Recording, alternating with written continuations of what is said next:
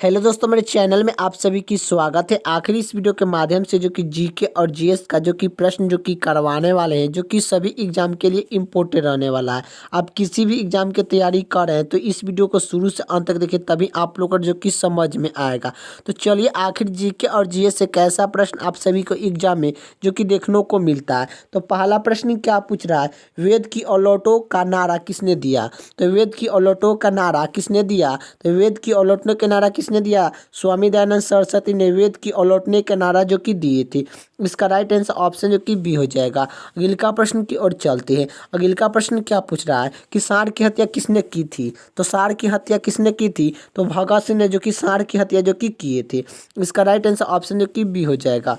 अगले का प्रश्न की ओर चलते हैं। अगले का प्रश्न क्या पूछ रहा है, आर्यन समाज की स्थापना किसने की। तो आर्यन समाज की स्थापना किसने की, तो आर्यन समाज की स्थापना किसने की, तो स्वामी दयानंद सरस्वती ने आर्यन समाज की स्थापना जो कि किए थे। इसका राइट आंसर ऑप्शन जो कि बी हो जाएगा। और स्वामी दयानंद सरस्वती ने आर्यन समाज की स्थापना जो कि कब किए थे, तो यह कब किए थे, तो 1875 ईस्वी में जो कि किए थे। ये भी आप लोग को याद होना चाहिए। अगले का प्रश्न की ओर चलते हैं। तो अगले का प्रश्न क्या पूछ रहा है कि महात्मा गांधी को सर्वप्रथम राष्ट्रपति किसने कहा। तो महात्मा गांधी को सर्वप्रथम राष्ट्रपति किसने कहा, तो सुभाष चंद्र बोस ने जो कि कहे थे। इसका राइट आंसर ऑप्शन जो कि ए हो जाएगा। अगले का प्रश्न की ओर चलते हैं। अगले का प्रश्न क्या पूछ रहा है, नेताजी किस महापुरुष को कहते हैं। तो नेताजी किस महापुरुष को कहते हैं, तो सुभाष चंद्र बोस को जो कि नेताजी जो कि कहते हैं। इसका राइट आंसर ऑप्शन जो कि ए हो जाएगा। अगले का प्रश्न की ओर चलते हैं। अगले का प्रश्न क्या पूछ रहा है कि राम किशन मिशन की स्थापना किसने की थी। तो राम किशन मिशन की स्थापना किसने की थी, राम किशन मिशन की स्थापना किसने की थी, तो यह स्वामी विवेकानंद जो कि किए थे। स्वामी विवेकानंद ने राम किशन मिशन की स्थापना जो कि किए थे। इसका राइट आंसर ऑप्शन जो कि बी हो जाएगा। अगले का प्रश्न की ओर चलते हैं। तो कार आजाद किसे कहा जाता है, तो कार आजाद किसे कहा जाता है, तो मोहम्मद अली जिन्ना को कार आजाद जो कि कहते हैं। अगले का प्रश्न की ओर चलते हैं। अगले का प्रश्न क्या पूछ रहा है कि महात्मा गांधी का मृत्यु कब हुई थी। तो महात्मा गांधी की मृत्यु कब हुई थी, 30 जनवरी 1948 ईस्वी को हुई थी। 30 जनवरी 1948 ईस्वी को महात्मा गांधी की जो कि हत्या हुई थी।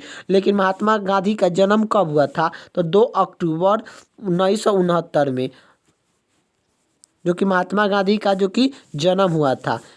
अगले का प्रश्न की ओर चलते हैं। अगले का प्रश्न क्या पूछ रहा है, अगले का प्रश्न यही पूछ रहा है कि मोहम्मद गजनी ने भारत पर कितना बार आक्रमण किया। तो मोहम्मद गजनी ने भारत पर कितना बार आक्रमण किया, तो यह जो कि 17 बार जो कि आक्रमण जो कि किए थे मोहम्मद गजनी ने जो कि भारत पर। इसका राइट आंसर ऑप्शन जो कि ए हो जाएगा। अगले का प्रश्न की ओर चलते हैं। अगले का प्रश्न क्या पूछ रहा है कि लोधी वंश का अंतिम शासक कौन था। तो लोधी वंश का अंतिम शासक कौन था, तो लोधी वंश का अंतिम शासक कौन था, इब्राहिम लोदीन था। लोधी वंश का अंतिम शासक कौन था, इब्राहिम लोदीन था। इसका राइट आंसर ऑप्शन जो कि डी हो जाएगा। अगले का प्रश्न की ओर चलते हैं।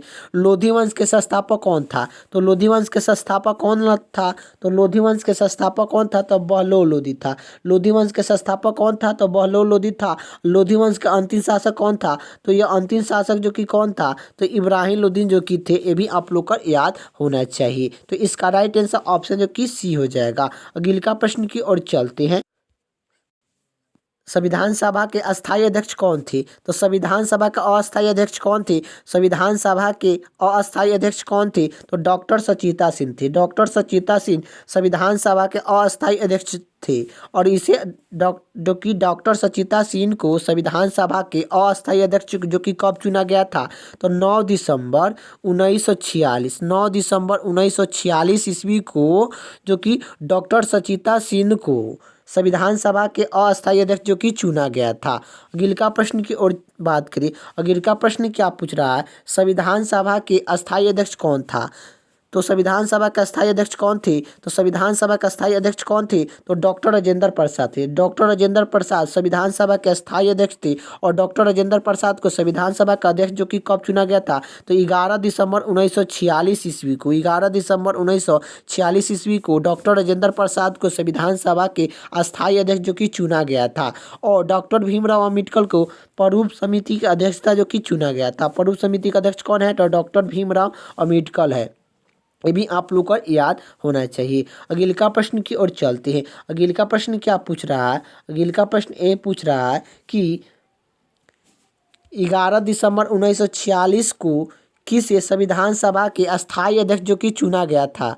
तो संविधान सभा के अस्थायी अध्यक्ष किसे चुना गया था 11 दिसंबर को? तो डॉक्टर राजेंद्र प्रसाद को जो कि चुना गया था। इसका राइट आंसर ऑप्शन जो कि डी हो जाएगा। अगले का प्रश्न की ओर चलते हैं। अगले का प्रश्न क्या पूछ रहा है? अगले का प्रश्न ये पूछ रहा है कि संपूर्ण भारतीय संविधान के निर्माण में संविधान सभा में कुल कितना समय लगा? तो संविधान सभा में जो कि कुल संविधान को बनाने में कितना समय लगा? 2 वर्ष 11 महीना 18 दिन जो कि लगा था। इसका राइट आंसर ऑप्शन जो कि सी हो जाएगा।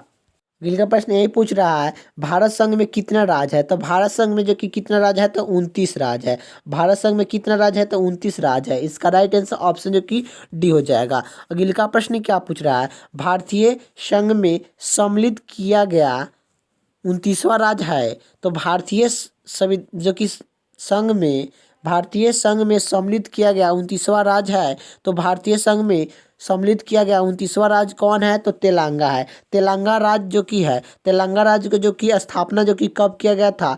तो 2 जून 2014 को 2 जून 2014 को तेलंगाना राज्य को जो कि गठन किया गया था। यही बात करें झारखंड राज्य का गठन कब किया गया था? तो 15 नवंबर 2000 ईस्वी को जो कि किया गया था। ये भी आप लोग को याद होना चाहिए। तो चलिए अगले का प्रश्न की ओर चलते हैं। अगले का प्रश्न क्या पूछ रहा है? भारत एक है। तो भारत एक है तो राज्यों का संघ है। भारत क्या है? राज्यों का संघ है। इसका राइट आंसर ऑप्शन जो कि बी हो जाएगा। अगले का प्रश्न की ओर चलते हैं। अगले का प्रश्न क्या पूछ रहा है कि भारतीय संविधान के किस अनुच्छेद में प्रेस की स्वतंत्रता दी गई है? तो भारतीय संविधान के किस अनुच्छेद में प्रेस की स्वतंत्रता दी गई है? तो 19 के आई में जो कि दिया गया है।